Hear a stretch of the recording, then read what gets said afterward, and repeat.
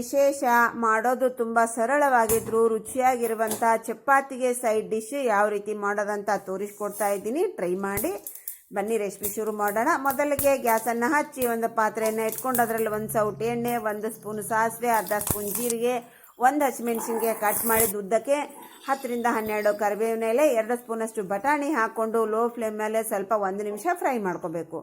ನಂತರ ಇದರಲ್ಲಿ ಒಂದು ದೊಡ್ಡ ಗಾತ್ರದ ಈರುಳ್ಳಿ ಆದರೆ 1, ಮೀಡಿಯಂ ಗಾತ್ರದ ಈರುಳ್ಳಿ ಆದರೆ 2, ಬೇಬಿ ಆನಿಯನ್ ಆದರೆ 4 ಈ ಉದ್ದಕ್ಕೆ ಕಟ್ ಮಾಡಿಕೊಂಡು ಅದರಲ್ಲಿ ಹಾಕಿ ಲೋ ಫ್ಲೇಮಲ್ಲೇ ಚೆನ್ನಾಗಿ ನಾವೀಗೆ ಕುಟ್ಟಿ ಫ್ರೈ ಮಾಡೋದ್ರಿಂದ ನಮ್ಮ ಈರುಳ್ಳಿ ಅನ್ನೋದು ಏನಾಗುತ್ತೆ, ಆಗುತ್ತೆ. ಈಗ ನೋಡ್ರಿ ನಮ್ಮ ಈರುಳ್ಳಿ ಎಲ್ಲ ಕುಲ್ಲ ಆಯಿತು, ಜೇಂಟಿರೋದೆಲ್ಲ ಕುಲ್ಲ ಆಯಿತು. ನಮಗೆ ಕುಲ್ಲ ಆಗಬೇಕು. ಈ ಕುಲ್ಲ ಆಗೋವರೆಗೆ ಮಿಕ್ಸ್ ಮಾಡಿಕೊಂಡು ಫ್ರೈ ಮಾಡಿಕೊಂಡು ನಂತರ ಇದರಲ್ಲಿ ಒಂದು ಮುಚ್ಚಳವನ್ನು ಮುಚ್ಚಿ 2 ನಿಮಿಷ ನಾವು ಇದನ್ನು ಲೋ ಫ್ಲೇಮ್ನಲ್ಲೇ ಇದನ್ನು ಫ್ರೈ ಮಾಡ್ಕೋಬೇಕಾಗತ್ತೆ. ಈಗ ಅಷ್ಟರಲ್ಲಿ ನಾವು ಒಂದು ಆಲೂಗಡ್ಡೆಯನ್ನು ಸಿಪ್ಪೆಯನ್ನು ತೆಗೆದು ತುರಿದು ಒಂದು ಪಾತ್ರೆಯಲ್ಲಿ ಹಾಕೊಂಡು ಇಟ್ಕೊಂಡಿದ್ದೀನಿ. ಆಲೂಗಡ್ಡೆನ ತುರಿದ ತಕ್ಷಣ, ಹೆಚ್ಚಿದ ತಕ್ಷಣ ನೀರಲ್ಲಿ ಹಾಕಬೇಕು, ಇಲ್ಲಾಂದರೆ ಕಲರ್ ಕಪ್ಪಾಗಿಬಿಡುತ್ತೆ. ಈಗ ನೋಡ್ರಿ, ಮುಚ್ಚಳವನ್ನು ತೆಗೆದು ನೀಟಾಗಿ ನಾ ಇದನ್ನು ಮಿಕ್ಸ್ ಮಾಡ್ಕೊಳಕತ್ತೀನಿ. 1 ನಿಮಿಷ ತಿರ್ಗಾ ಮಿಕ್ಸ್ ಮಾಡ್ಕೊಂಡ ನಂತರ ನಾವು ಆಲೂಗಡ್ಡೆಯಲ್ಲಿನ ನೀರನ್ನೆಲ್ಲ ತೆಗೆದು ಬರೀ ಆಲೂಗಡ್ಡೆಯನ್ನು ಮಾತ್ರ ನಾವು ಇದರಲ್ಲಿ ಸೇರಿಸಬೇಕು. ಇದರಲ್ಲಿ ನೀರಿನ ಅಂಶ ಏನೂ ಇರಬಾರ್ದು. ಇಷ್ಟು ನೈಸ್ ಆಗಿರಬೇಕು ನಮಗೆ. ಅಂದರೆ ನೀವು ತುರ್ಕೋಬಹುದು, ಹೆಚ್ಕೋಬಹುದು. ನೀವು ದಪ್ಪಿದ್ರೆ ಏನು ತೊಂದರೆ ಇಲ್ಲ, ಫ್ರೈ ಆಗಲಿಕ್ಕೆ ಟೈಮ್ ತೊಗೊಳುತ್ತೆ. ಈ ಥರ ನೈಸ್ ಇದ್ರೆ ಏನಾಗುತ್ತೆ ಅಂತಂದರೆ ನಮಗೆ ಫ್ರೈ ಆಗಲಿಕ್ಕೆ ಟೈಮ್ ತೊಗೊಳ್ಳಲ್ಲ ಬಂಧುಗಳೇ. ಅಷ್ಟಕ್ಕೂ ಆಲೂಗಡ್ಡೆ ಬೇಗನೆ ಫ್ರೈ ಆಗುತ್ತೆ, ಜಾಸ್ತಿ ಟೈಮ್ ತೊಗೊಳ್ಳಲ್ಲ. ಇದು ಚೆನ್ನಾಗಿ ಮಿಕ್ಸ್ ಮಾಡಿಕೊಂಡು ಸ್ವಲ್ಪ ಕಪ್ಪು ಬಣ್ಣ ಬಂತು ಅಂದಾಗ ನಮಗಿದು ಫ್ರೈ ಆದಂಗೆ ಲೆಕ್ಕ. ಈಗ ಲೋ ಟು ಮೀಡಿಯಂ ಫ್ಲೇಮಲ್ಲೇ ಚೆನ್ನಾಗಿ ಇದನ್ನು ಮಿಕ್ಸ್ ಮಾಡ್ಕೊಳ್ಳಿ.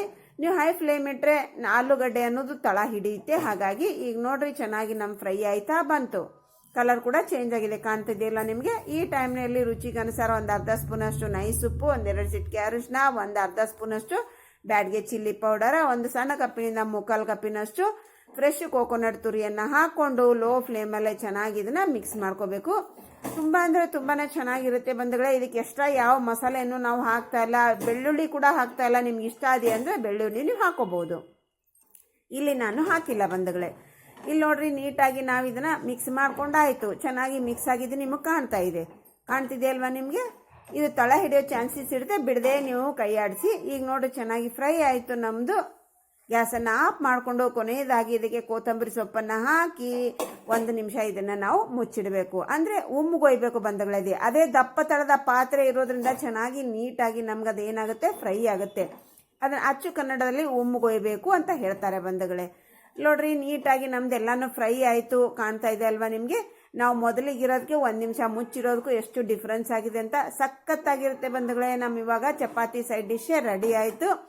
ಇದನ್ನ ಬಿಸಿ ಬಿಸಿ ಚಪಾತಿ ಜೊತೆಗೆ ತಿಂತಾ ಇದ್ರೆ ಆಹಾಹಾ ಬಂಧುಗಳೇ.